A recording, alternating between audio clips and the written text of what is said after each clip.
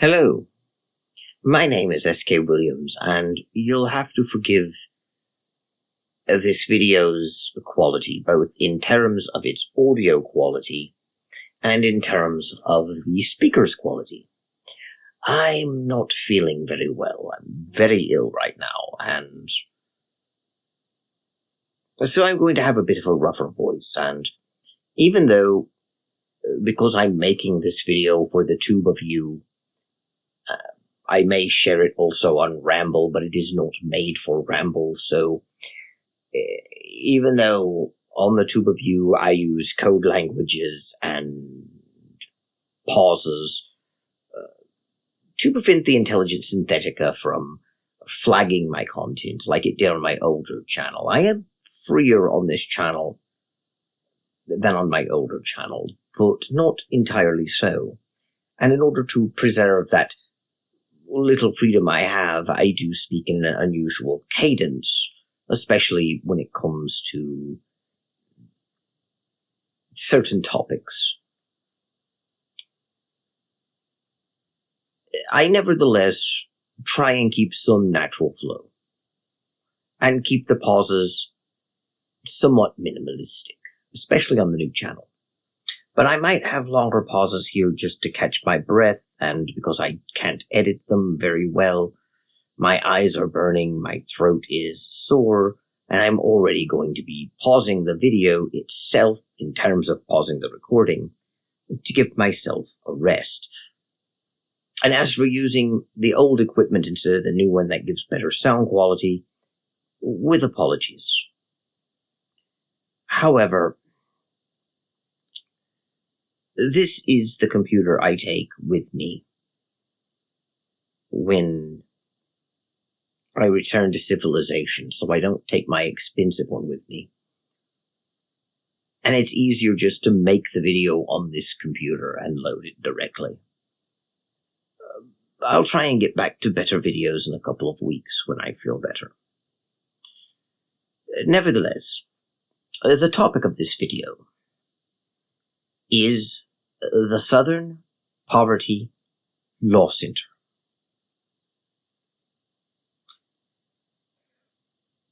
Because even though I'm about a week late, perhaps 2 weeks if I don't leave home because of my illness, in dealing with this issue, it highlights a problem that I've known about for years, but no one believed me. And that, surprisingly, Alex Jones also knew about for years, that no one believed. And keep in mind, I'm not the world's biggest Alex Jones fan, and I don't agree with everything he says. But he wasn't, and still isn't, the insane conspiracy theorist that he has been depicted as. Although he certainly does himself no favors, because he does act in an outrageous way. And granted, I've done so too, especially on the old channel when I was being heavily restricted. But in my own defense, I was largely performatively doing that on the old channel to help avoid problems. But the problems really highlight something about human nature. You see, society has been controlled by a small group of people that generally guided it along the course that it will take for its entire existence. And even in our age of enlightenment and freedom, it has not changed. We just stopped listening to kings and started listening to people we treated as kings who had popular support or who had money to back themselves. We've actually lost something when we got rid of monarchy as the primary driver of society. And we really have done that in the modern world. Even countries that retain their monarchies like Britain aren't really driven by their monarchies. The monarchy is driven by the democratic government and the wealthy merchant class. So a lot of those Americans who point to how bad Britain has become and say, that's why the founding fathers broke. I'm glad the American Revolution worked. I wouldn't want to be like Britain today. they're being rather disingenuous, because the reason Britain is the way it is today is because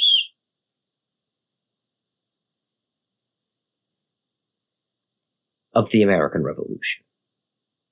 The American Revolution wasn't some isolated event that affected America and not the rest of the world, and it isn't an event that affected America alone at first, but only affected the rest of the world as America started interacting with other countries. The American Revolution actually gave birth to 4 countries, the Bahamas and Canada being among them, as well as Sierra Leone. And really, the American Revolution affected how the British government worked in Britain. It's also one of those odd ironies in history, because the American system actually preserves a lot more of the traditional British way of life than Britain does. The best example of that, as far as the most obvious example of that, would be in the fact that in America, the sheriff's departments are still active law enforcement, whereas in Britain, the high sheriff still exists as a position, but is largely ceremonial, and the chief constable took over, and it's a more managerial state. The American Revolution discredited the monarchy in a way that stripped it of its practical ability to exercise its reserve powers that were further eroded throughout the 19th century by legal statute. And a lot of Americans would say, well, that's a good thing. King George III was a tyrant. He proved that we shouldn't allow monarchs to have that much power. Look at the awful things he did that forced us to fight a revolution against him to gain our freedom. Well, King George III wasn't a tyrant. America's founding fathers called him a tyrant, but he wasn't. And he didn't deserve to be maligned as a tyrant by America's founding fathers. And the British system of government at the time worked very differently than people imagine it to. It really wasn't a king claiming to have the divine right of kings with absolute power, able to do whatever he wanted. Rather, it operated in a parliamentary system where Parliament was what actually enacted the laws and raised the taxes. And for those who think that that doesn't matter because the king still claimed the divine right of kings and still had power over Parliament, and Parliament only did whatever the king told them, that isn't true. Parliament was actually supreme over the crown. And even the famous divine right of kings that people keep talking about was never part of the British legal tradition. King George III never claimed to rule by the divine right of kings. And the divine right of kings is actually itself a theory that originates in France in the 17th century. The divine right of kings in itself actually doesn't even teach that the king should have unlimited power. Rather, it teaches that within the office of the king, within the position that the king holds in society, the king is answerable to God. And that this doesn't make him unanswerable to anything at all. They took God very seriously back then. But that no human justice system would have a right to question the just and legitimate decisions of the monarchy. And just doesn't mean morally just or even rightly just, but how the king exercises his power cannot be contested by any other body. Because the king gained his power from God, and God alone would judge the king. It does not tell you how much power the king should have within society, though, and it doesn't tell you that the king should have absolute power. Which is one of the things that people misunderstand about the divine right of kings. That, and they keep thinking that medieval monarchs claimed divine right to rule, and they didn't. The concept of the divine right of kings did not exist throughout the Middle Ages. or as some people still call it, to demonize it, the Dark Ages. And it was never part of the British legal system, although there were some monarchs who wanted it to be, like King James I. It really wasn't. It was never part of the British legal tradition. And after the revolution overthrew the monarchy in Britain under Cromwell, and then the monarchy was later restored, it was restored with the understanding that Parliament was superior to the king, and that the king reigned by the grace and approval of Parliament. But this was a bit tenuous, not legally, but culturally, because people loved their monarchy, which is hard to believe now in an age of democracy, but they loved their monarchy. The king was more popular than the Parliament. And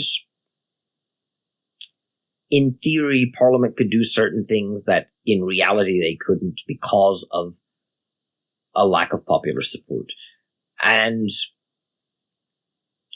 the Whigs had largely embraced the Enlightenment ideas and the concepts from Kant and Burke and others. John Locke's theories were very popular. And they wanted to reform society along those lines, but were running into cultural resistance. And the American Revolution allowed them to erode that cultural resistance while supporting an experiment in those theories in America. A lot of people don't realize that the American Revolution was not a simple affair in which the King of England was fighting the Americans. There was no actual King of England at the time. It's one of the weird things that we keep doing. We refer to King Charles III, the current monarch of Great Britain, as the King of England, when he's actually not the King of England. He's actually the King of Great Britain. But we ignore that. And really, this binary setup of king versus colonists and Britain, or rather England versus the colonies, it's all very simplistic. The reality is many members of the British Parliament were sabotaging the war effort within Britain and actually supported the rebels, precisely because the rebels were promoting the type of social reform that they themselves wanted. So you had a parliament that had people in parliament sabotaging the war effort and supporting the rebels, and a monarchy that had to gain approval of parliament in order to act. The situation really wasn't the simple one that we depict it as. But it worked. The Whigs got what they wanted. The American Revolution concluded with America being independent of the British Empire and setting up a republican form of government, and the Whigs used it to demonize the monarch and claim that he was incompetent and wicked and not fit for office, and to erode his power and prestige, which allowed Parliament to further institute reforms that we would today think are as good. Democratic reforms, isn't that good? But that ultimately eroded British culture. The decay that we see now in modern Britain that people are complaining about, it's not new. It goes back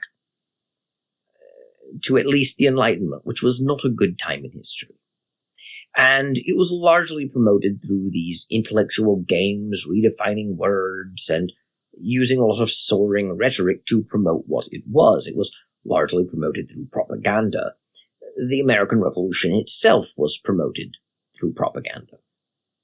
The Declaration of Independence laid out the tyrannies of King George III. It has 27 specific tyrannies, but most Americans don't know what they were. And if you learn about them, a lot of them aren't tyrannies. The king forbade them from moving west to the Appalachians and stealing Indian land. The king wanted justice after colonists burned down a naval ship in the Gaspee affair. the colonists were being asked to pay their fair share of tax to pay off their own war debt. Even the infamous "no taxation without representation" line was silly, because they did have a form of representation in Parliament. And Parliament was open to reform to allow colonial representatives in Parliament. They just refused to do so, because then they would lose the slogan and still have to pay the tax.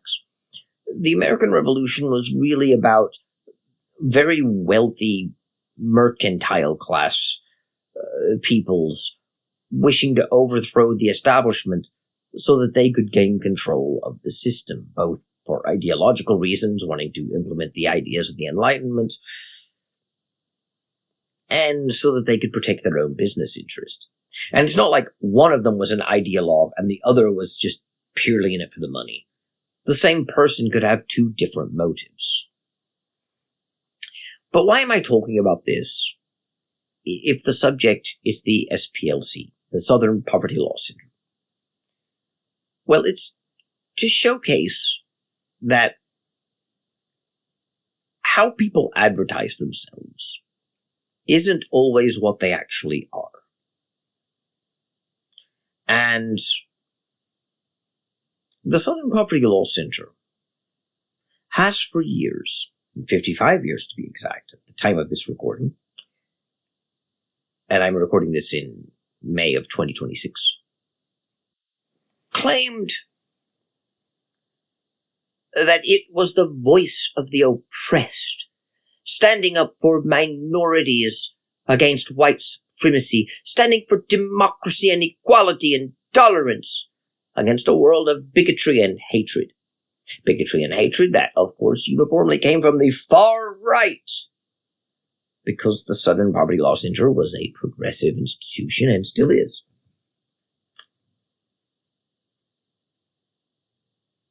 The Southern Poverty Law Center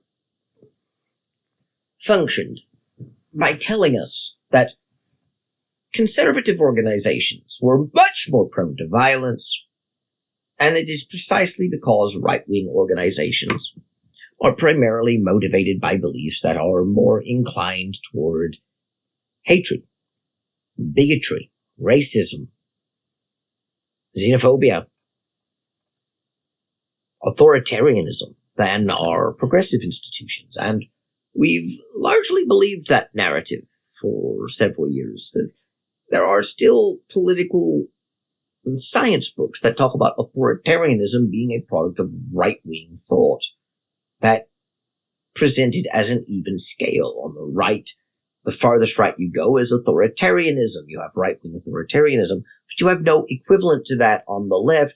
The closest you get is an opposite, left-wing radicalism, which is the opposite of authoritarianism, a complete rejection of any authority. Anarchism, effectively. The problem is that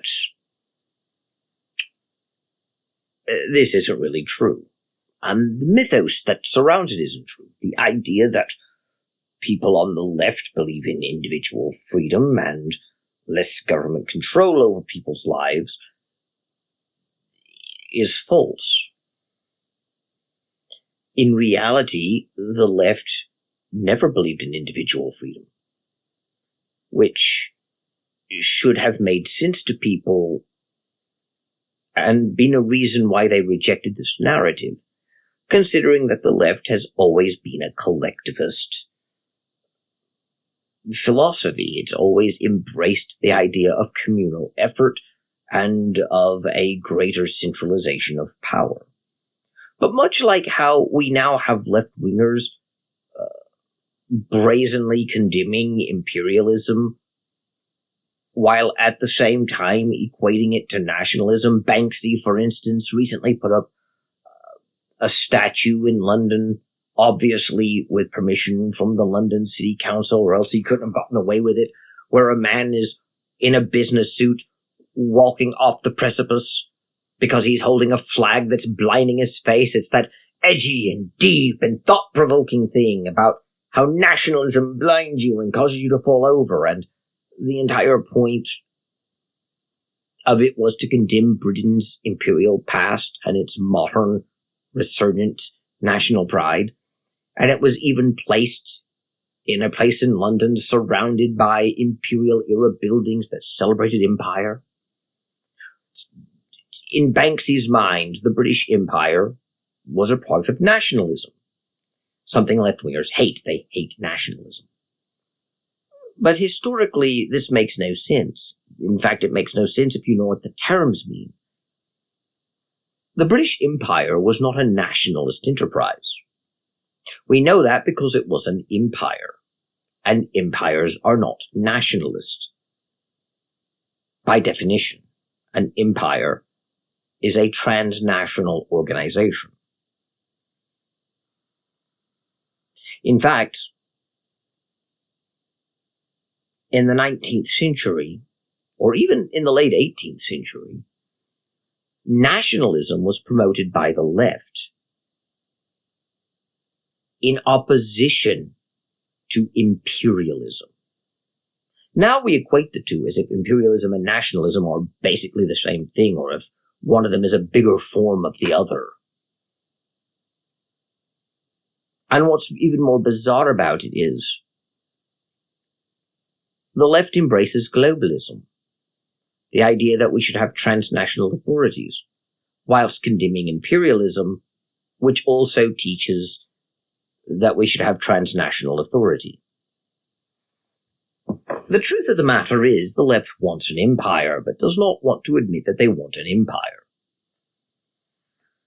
So they instead equate imperialism to nationalism, and they are not nationalists, they are transnationalists, globalists. But it's the same thing. The idea that the left believes in individual freedom and diversity and tolerance is really this illusion that we've created about the left. The left doesn't really want diversity. Rather, the left wants to implement this script that it has, in which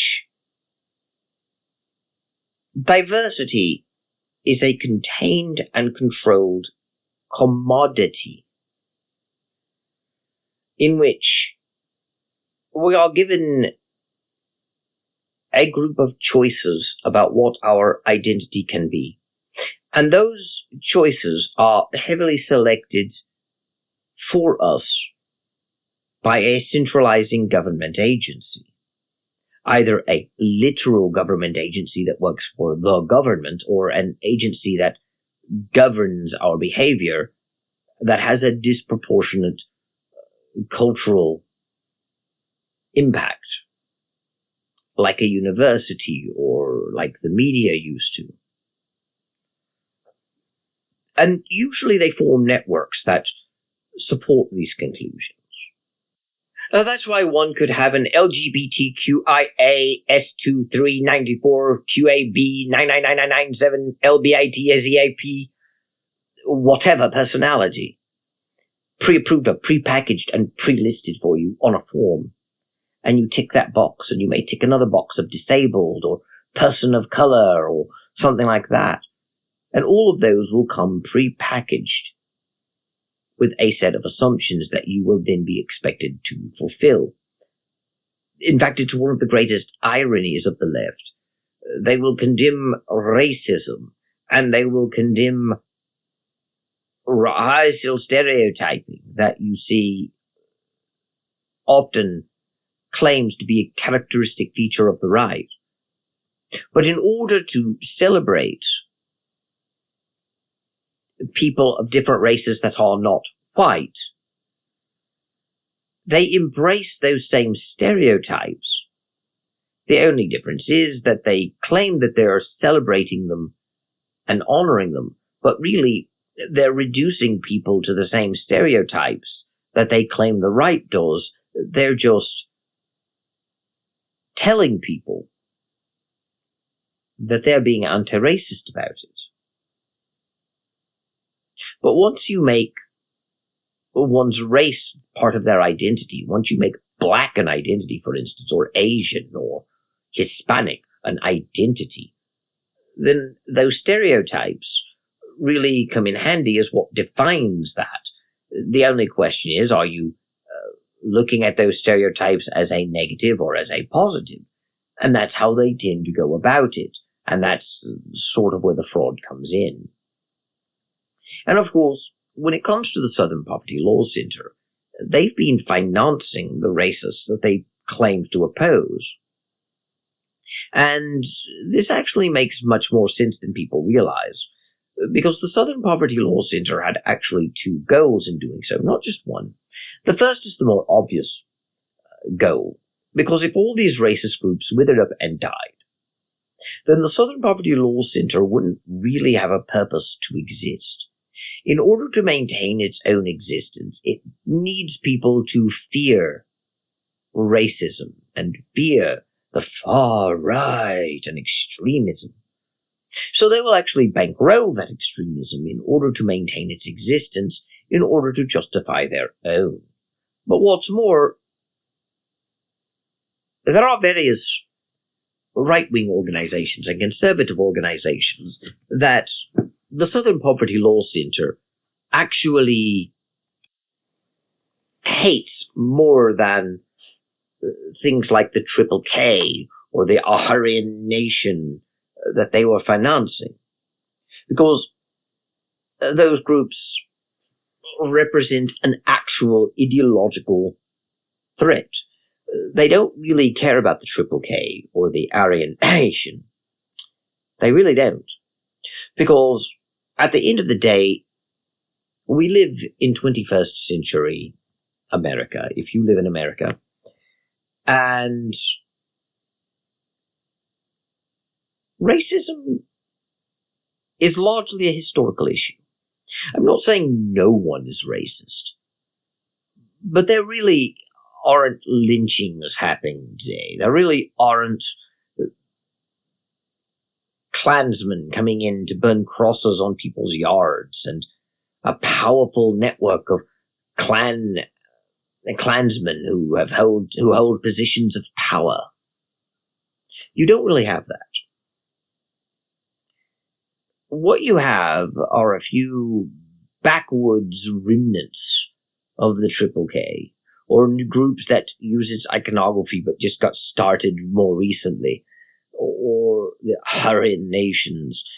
But they don't have any real social or political power. Politicians aren't connected to them. Industrialists aren't really connected to them. They don't have a voice. They are just echoing remnants in the wind.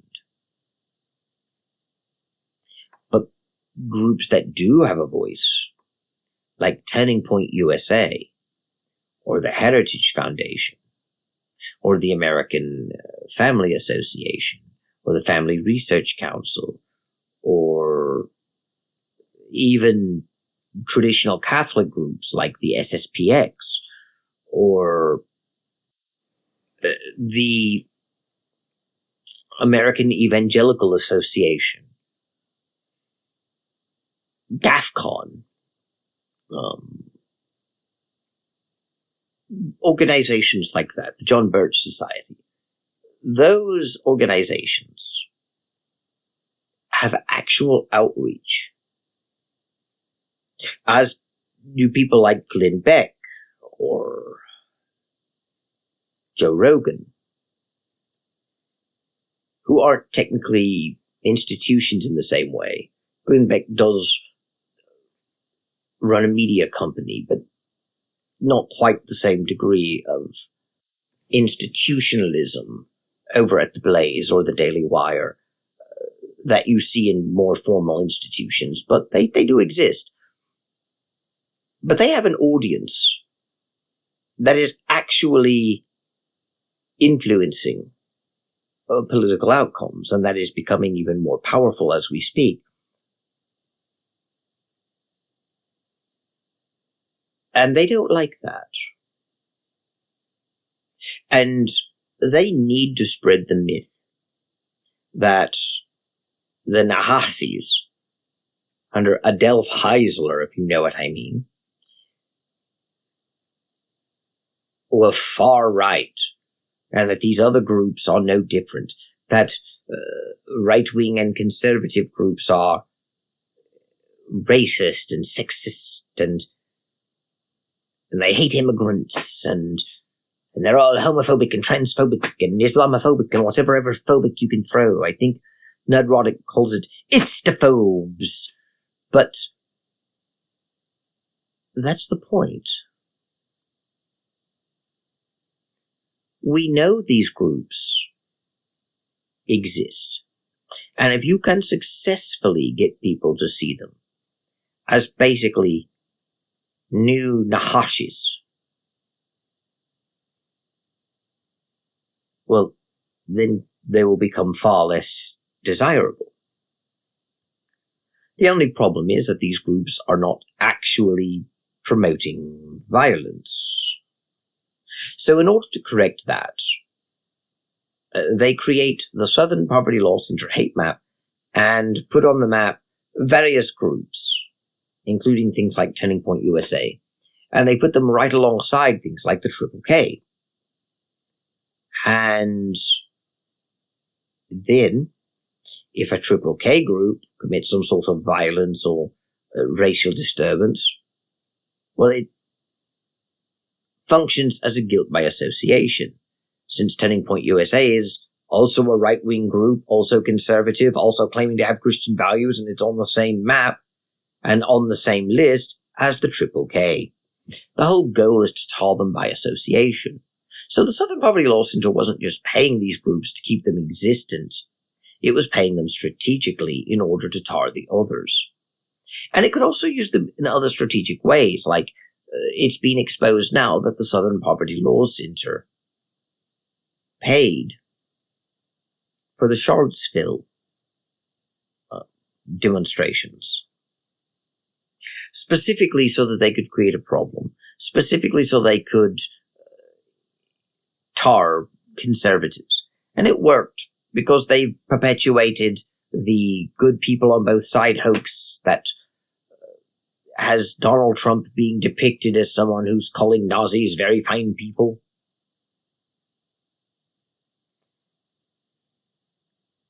And it's rather Machiavellian when you think about it. But it's not something that's a new tactic, and we see this sort of thing all the time. The new atheism was built on this guilt by association tactic, where anything done by any religious person was somehow the fault of all religious people. That religion poisons everything, and the only hope we have is through secularism. But of course, if you point to secularist governments that were authoritarian and violent, they weren't really secular, they were actually religious. Communism, it turns out, is actually a religion, and the true secularism has never been tried, but it will bring us to that utopia that they've been promising us. It's all the same thing, really. It's a gimmick in order to be used strategically. I don't have much else to say. I shall be revisiting this topic, but for now, I shall take my leave of you. Thank you, God bless, and goodbye.